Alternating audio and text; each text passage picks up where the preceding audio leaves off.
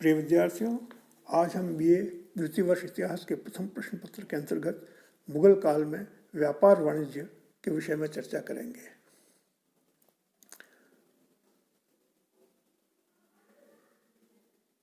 मुगल काल में आंतरिक और बाह्य दोनों प्रकार का व्यापार उन्नति पर था। पुरातन समय से ही भारत के बाह्य देशों के साथ वाणिज्यिक संबंध थे। सल्तनत काल में जहां भारत का व्यापार प्रशांत महासागर भूमध्य सागर के देशों तक फैला हुआ था, मुल्तान और कश्मीर के रास्ते एशियाई देशों के साथ थलमार्ग से व्यापार होता था।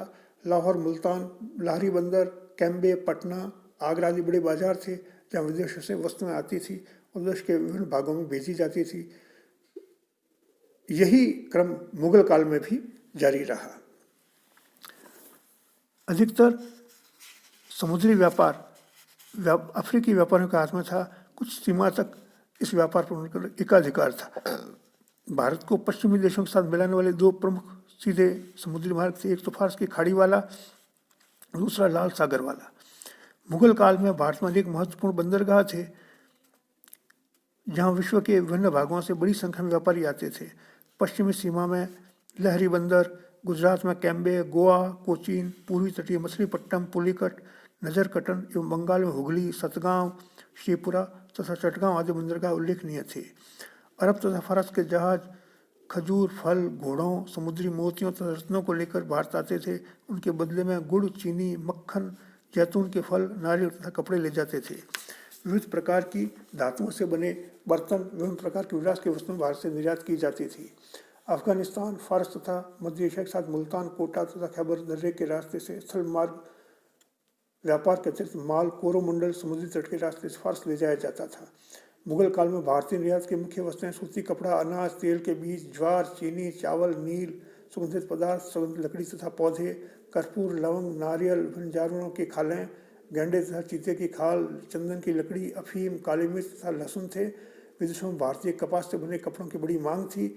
यह मांग जावा, सुमात्रा, बोडा, मलाया, बोर्नियो, अकनी, पेगू, श्याम, बेटम आदि पूर्वी देशों तक सीमित नहीं थी, अपितु पश्चिमी देशों में भारतीय सूती कपड़े की पर्याप्त मांग थी।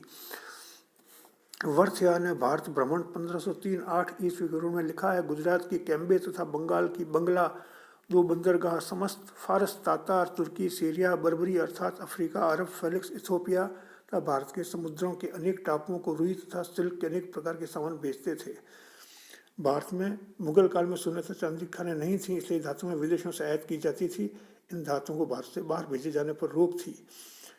सोना मुख्यतः चीन, जापान, मलक्का, अन्य समीपवर्ती देशों से, मूंगा, पेगू से तथा मोती विभिन्न प्रकार के रत्न फारस तथा अरब से आते थे। विदेशी व्यापारी सोना तथा चांदी लेकर आते थे, इसके बदले में बहुत सी वस्तुएं ले जाते थे।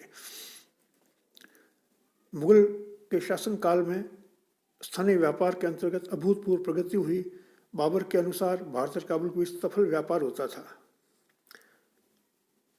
भारत अपने सीमांत देशों, मध्य एशियाई देशों और अफगानिस्तान से सूखे मेवे, ताजे फल, अंबर, हींग, खुरखरे, लाल पत्थर आदि का आयात करते थे। बदले में कपड़े, कंबल, चीन, नील, औषधि संबंधी जड़ी बूटी आदि का निर्यात करता था।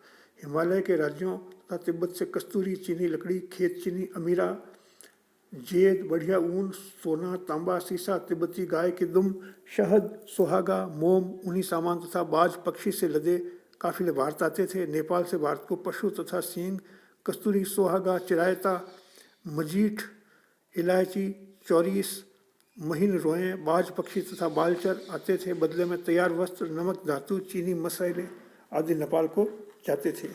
भूटान से भारत को कस्तूरी तथा तिब्बती गाय के दुम आते थे। पुर्तगाली डाकुओं के कारण पेगू के साथ भारत का व्यवहार बहुत सफल नहीं था। खुरासानी व्यापारी तुर्की गुलामों सुस्ती नामक कपड़े का व्यापार करते थे। अरब यात्री मुल्तान ने वर्णन किया है कि हिरमुज, अदन, क्रीमिया और अजाक से अच्छी नस्ल के घोड़े भारत को भेजे जाते थे। व्यापार संतुलन भारत के पक्ष में था। विभिन्न देशों के व्यापारी भारतीय बंदरगाहों पर आते थे। उपयोगी वस्तुएं, जड़ी बूटियां और गोंद के बदले सोना तथा रेशम देते थे। इसलिए भारत में मौर्यों के समय से सोने चांदी का विपुल भंडार हो गया था। इसी विपुल संपदा के कारण विदेशी आक्रांता भारत की ओर आकर्षित होते थे। विदेशी भारतीय व्यापारी व्यापार में महत्वपूर्ण भूमिका निभाते थे। खुरासानी व्यापारी चीन, फारस, अरब, भूमध्य स्थित देशों और भारत के साथ स्थल व्यापार में बड़े सक्रिय थे। उत्तर भारत के मुल्तानी, गुजराती, बनिए, राजपूताना, मध्य भारत तथा गुजरात के बंजारे आदि ऐसे व्यापारी थे जो दूर देशों के साथ व्यापार करते थे। भारतीय व्यापारी स्तर व्यापार पूर्वी अफ्रीका, लाल समुद्री बंदरगाहों, फारस की खाड़ी आदि देशों, विशेषकर सुमात्रा तक करते थे।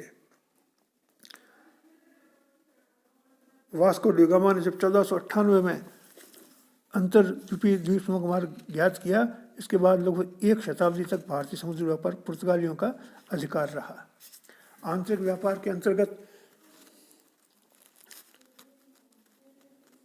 राजपूताना के बंजारे, फेरी लगाकर माल बेचने वाले व्यापारी एक स्थान से दूसरे स्थान तक अनाज, चीनी, मक्खन, नमक बैलगाड़ियों पर लाद कर ले जाते थे। कई बार ये काफिले 40,000 बैलों के हो जाते थे। उत्तर भारत में व्यापार गुजरातियों तथा मारवाड़ी बनियों के द्वारा, दक्षिण में चेतियों द्वारा होता था। कुछ चलती फिरती दुकानें होती थी जो घोड़े की पीठ पर लगाई जाती थी।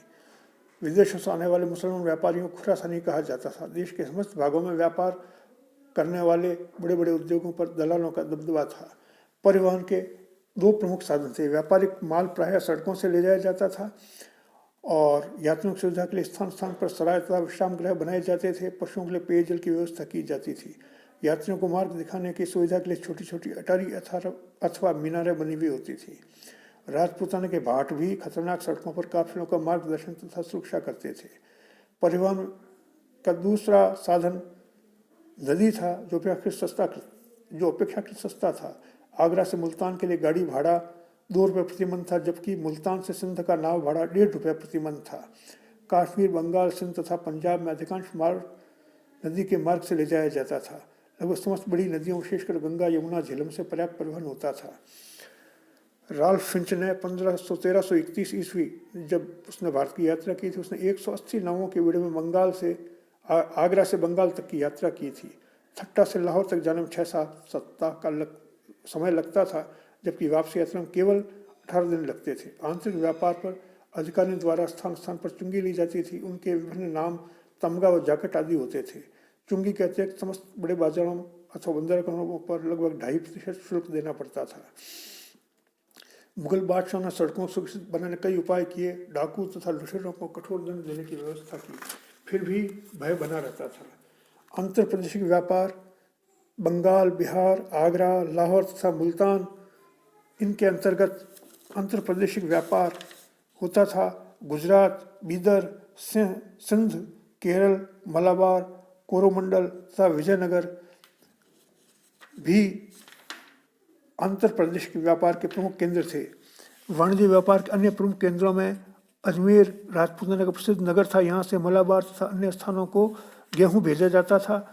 इनके अलावा जौनपुर, बुरहानपुर, लखनऊ, खैराबाद आदि भी प्रसिद्ध व्यापारिक नगरीय केंद्र थे। दक्षिण भारत में गोलकुंडा एक महत्वपूर्ण वाणिज्यिक नगर था। इसका गोवा, मछलीपट्टनम और सूरत के बंदरगाहों से सीधा संपर्क था। मध्य एशिया, चीन, अरब और तिब्बत से बहुत पहले से ही व्यापार किया जाता था और बाद में मुगल कालीन भारत में अंतर्राज्यीय, अंतर्राष्ट्रीय दोनों प्रकार का व्यापार उन्नत होता चला गया, जिससे भारत की समृद्धि बढ़ती चली गई। प्रिय विद्यार्थियों, आज की वीडियो में इतना ही। धन्यवाद।